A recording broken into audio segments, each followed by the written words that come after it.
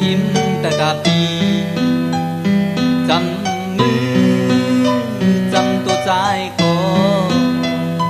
อำจังปีอำจังซิมหอก็เปื่อกางผู้สู่ใจอำถึงมือสาวโกอันยุ่งจูละต่อปีเลยหูพันจะน้องก็อำจังคือปิ่นตู้หักเลยก็เพื่อว่ากางหักอ่อนใจ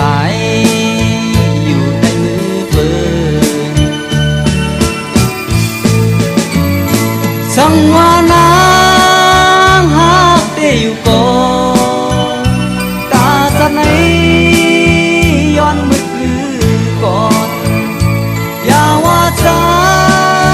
เห็นในตัวน้องผู้สะใจก็โมหักอยู่ก็เพื่อกูน้องให้โทษก็เพื่อกูน้องห่มยาตาไม่อ่อนแลดังอยากเจอย้อนเอา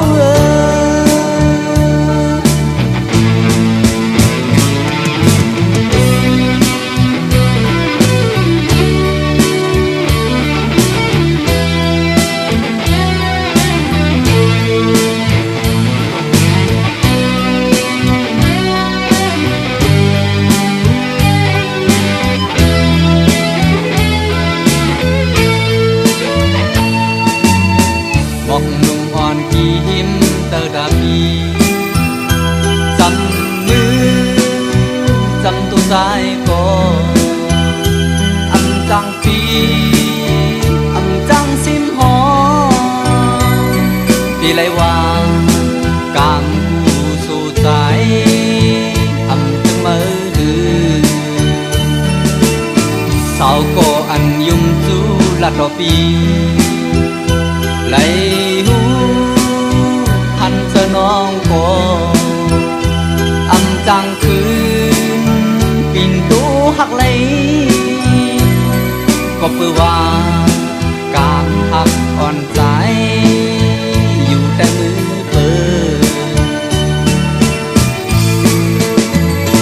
สังวานา